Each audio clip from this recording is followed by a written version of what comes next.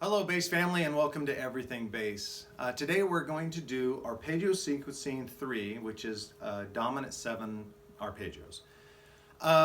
Before you jump on this, let's say you've been searching through YouTube, you've never seen any of my videos before and this is the first one you've seen.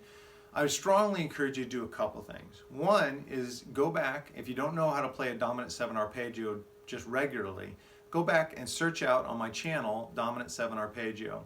And I think it's actually might just be called dominant 7 chord.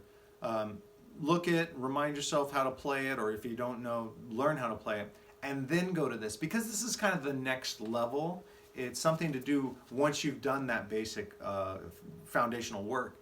Secondly, this is the third in the series of arpeggio sequencings.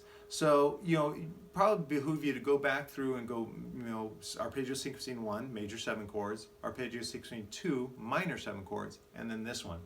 And I just realized how hard it is to say arpeggio sequencing very fast. Red leather, yellow leather, red, yellow, see, I can't even do it. Okay, well, let's jump in. If you guys are familiar with the sequencing, you remember I'm going to ask you to memorize 4 fingerboard shapes and 1 shift. Same goes with this one. The first, we're going to start in C with C dominant 7. We're going to play the root, 3rd, 5th, and minor 7. So that's the first thing I want you to do. Try to use this fingering. At times I'm not a stickler about your fingering you choose, but this really helps. Go middle finger on your fretting hand, index, pinky, middle. The second pattern, which is we refer to as the first inversion, because it's the first time we're inverting the notes. We're starting on the 3rd, 5th, minor 7, then you put the octave, so the root, you put it up as the octave. So the second pattern is this.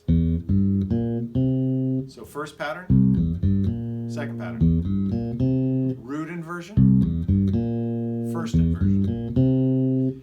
Now that's just a sequence you can play through. But when we get to the 5th, we have to come up to the 10th fret. Now, because of the shape of this arpeggio, we want to start with our ring finger on the 10th fret. Then we're going to play our index finger on the minor 7, because this is the 5th of the arpeggio. So the next would be the minor 7, which is the B flat. Then 10th fret C with our ring finger, and then middle finger, the E. So this pattern looks like this. All right, next we start. That's the 3rd and final inversion. We start with the minor 7. That's, remember, the 8th fret on the D string. Go to the 10th fret, C. That's the root, the major 3rd, and then reach up to the 12th fret with our pinky and get the 5th. Those two sequences look like this. Okay? If we put them all together, we get a nice chain of events. We got the root inversion, first inversion, second inversion, third inversion. Now I can keep going because I have a C here. I just play the root inversion, which is followed right away by the first inversion. Now my bass has a long enough fingerboard, I can actually go up and do the rest. If your bass has 24 frets, you actually can do that. And that's it. I would want you to practice it doing that and then coming back down, descending, playing the arpeggio backwards. And then so on and so forth, up and down the neck. Of course, that's just the C7, or the C dominant 7 arpeggio. So you'd want to cycle it through all the different roots, but don't do that in one day. Take a root and work it out every day. At this point, we have 3 sequences, and one thing that I like doing when I was a student is I would pick, let's say I picked A flat, and I'd do the A flat major 7 arpeggio sequencing, working it out. And then I would do the A flat minor 7 sequencing, working it out, and then the A flat dominant 7, working it out.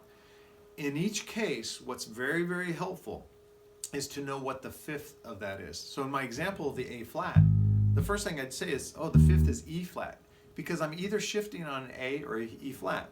If I'll do dominant 7, here's my first, then I'd shift up to that E flat, then I go up and to the A flat, start over, go to the E flat.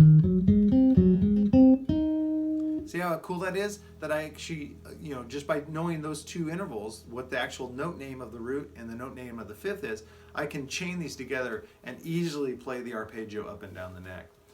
So this is what I would consider an intermediate lesson. And if you're struggling with it, as I said before, you can go back and review the previous videos. Make sure you understand the basic arpeggio, and then come back to this. If maybe it's the fact that you don't know your notes in the fingerboard very well, well, I have videos for that. There's a video called Learning Your Fingerboard Notes, I think is what I called it. In my playlist, it'll be the playlist that's for absolute beginners. It's called the Absolute Beginner Starting Point. Look at that. There's the Hyperneck study. It helps you learn your fingerboard. So there's a couple things you can do there that will really, I think, elevate your playing, make things like this a lot easier. So if you're struggling, the best thing you can do, comment on the video, on the comments below. Give me a comment. Say, hey man, this is not connecting. I don't know what's going on. Let's delve deeper. If I shoot another video, I shoot another video. I don't mind doing that at all. The most important thing is that it's an effective resource for you. Okay, so arpeggio sequencing dominant 7th chords. We are set. We're good. Today's encore item is absolutely one of those recordings that shaped me as a player, and it's such a powerful recording that I actually, I think I first heard it 35 years ago. I might be dating myself. And I've listened to it ever since, and that is the album Rumors by Fleetwood Mac. John McVie is, in this context of this band, is the perfect bass player, because he doesn't just play like uninspired root lines. He plays real melodic bass lines. He steps in and out of like the limelight. There'll be times like after a chorus going into the next verse, he'll play a beautiful melodic line. He also is really good at writing very hook lines. I mean, all we have to look at is the track, The Chain, and that I don't want to play it because maybe I'll get in trouble from YouTube. But that classic bass line for The Chain, bass break. Man, that you start playing that and people look over at you like, oh yeah, I know that song. I mean, it's that identifiable. They don't even have to hear the lyrics. They don't have to hear the guitar chords, the melody or anything. They hear that bass line, they go Fleetwood Mac, The Chain.